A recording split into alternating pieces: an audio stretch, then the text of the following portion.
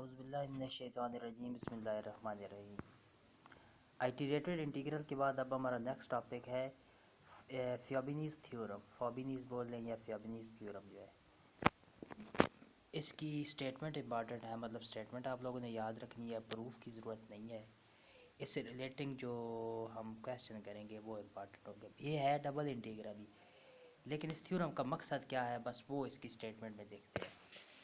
If f is continuous on the rectangle R of the values in ordered pair x y such that x belongs to a to b and also y in between c d। मतलब क्या हुआ कि अगर आपके पास कोई function continuous हो और एक रेक्टेंगल पर कंटिन्यूअस हो, मतलब कि वो उसका जब ग्राफिक्स उसकी बनाई जाती है रेक्टेंगुलर एरिया को कवर करे। और रेक्टेंगल हमारे पास क्या होती है, ऐसी फिगर होती है जिसमें जो करस्पॉन्डिंग साइड्स होती हैं वो आपस में पैरेलल होती हैं और आल्सो इनके दरमियान में एंगल जो है वो 90 डिग्री का होता है। तो मतलब जब इसका ग्राफ बनाएंगे तो इस तरह से बनेगा।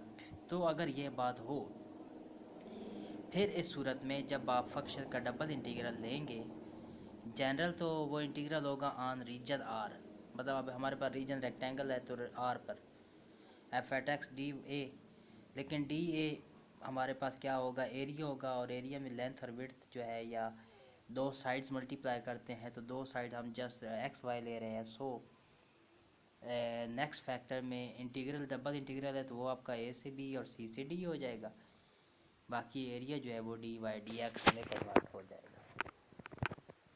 इस नेक्स्ट फैक्टर देखें तो इंटीग्रल आपके पास सी से डी और ए से बी है, बाकी वैल्यूज एज इट इज।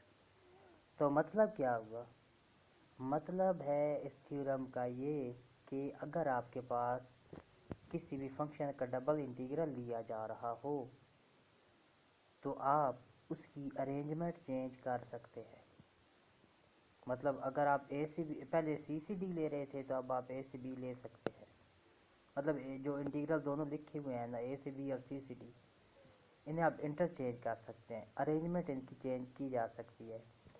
वैसे तो ये रिजल्ट जो है अब जब हायर क्लासेस में जाएंगे तो वहाँ बार बार यूज़ होगा, rearrange the integral, rearrange the integral, rearrange the integral, तो वहाँ ये काफ़ी यूज़फुल है।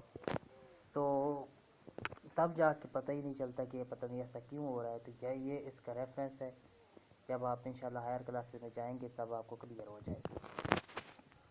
तो जस्ट इस थ्योरम का मकसद क्या है, इस थ्योरम का मकसद यही है कि हम इंटीग्रल को आगे पीछे लिख सकते हैं बस। लेकिन एक बात, जब इंटीग्रल को आगे पीछे लिखना है तो करस्पॉन्डिंग डिफरेंशियल जो है वो भी चेंज करना होगा। अब देखें, पहले फैक्टर में हम पहले डी वाई के रिस्पेक्ट से सॉल्व कर रहे हैं, लेकिन दूसरे फैक्टर में देखें तो इधर हमारे पास डी एक्स आ गए। जब लिमिट चेंज की तो से साथ में जो है वो डिफरेंशियल भी चेंज होगा, बस ये ध्यान में रखना है। अब इससे रिलेटिंग इक्वेशन कर लेते हैं। वो नीचे more generally this is true if we assume function is bounded on R, ये कोई नहीं ज़रूरत, बस उसकी तीन लाइनें जो है यही तैयार करनी है आप लोगों ने।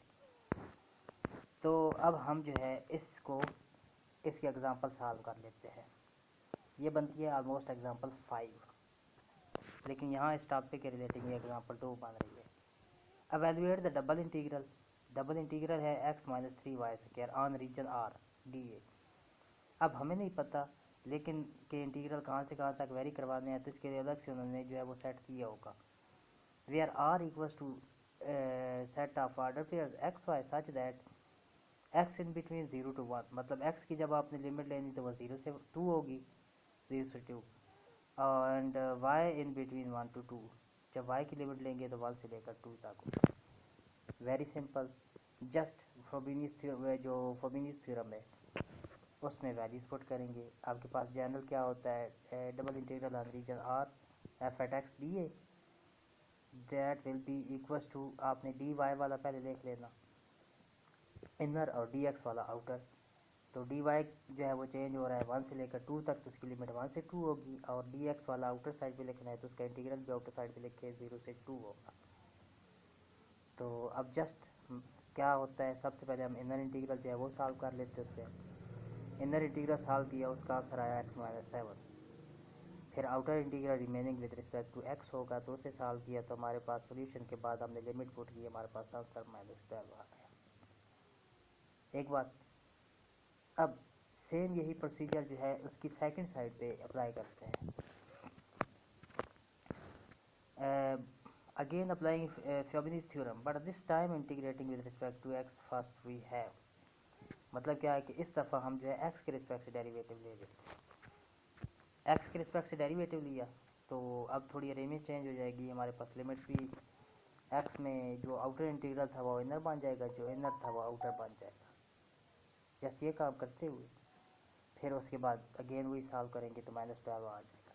तो मतलब क्या हुआ कि हम अरेंजमेंट चेंज कर भी लें, हमारे पास आंसर सेम रहता है। अब यहाँ एक और बात बताता चलूँ, अगर तो वो कहें कि आप फ्योबिनिस थ्योरम जो है वो सेटिस्फाई करवाएं, फिर दोनों पार्ट करने होंगे, लेकिन अगर वो ना कहें फिर जस्ट आपने एक पार्ट ही करना है। ये तो उन्होंने दोनों पॉसिबिलिटीज़ बता दी हैं कि आंसर सेम ही रहेगा। आप लोगों के ज़िम्मे ये एग्जांपल नेक्स्ट, ये भी आप लोगों ने खुद करनी है। इसमें आर जो है वो 1 2 क्रॉस 0 पाई है, मतलब एक्स की वेरिएशन 1 से लेकर 2 तक है, वाई की वेरिएशन 0 से पाई है, बाकी काम वही करना है आप लोगों ने। ये बनती है एग्जांपल 6 बनेगी या 7 बुक पर से। सिमिलरली नेक्स्ट एग्जांपल जो है ये भी आप लोगों ने कर लेनी, इसमें सिर्फ स्टेटमेंटल फॉर्म है और कुछ भी नहीं है, तो ये एग्जांपल भी आप लोगों ने कर लेनी। और क्वेश्चन जो 8th एडिशन है उसमें क्वेश्चन आपके बनते हैं 27 से लेकर 34 तक। In 8th edition question will be from 27 to 34, लेकिन ये कोई पुराना एडिशन है तो इसमें 15 से लेकर 22 तक, जो कि कल हमने 14 तक कर लिए थे, तो अब 15 से लेकर 22 तक आप लोगों ने ये क्वेश्चन कर लेने हैं।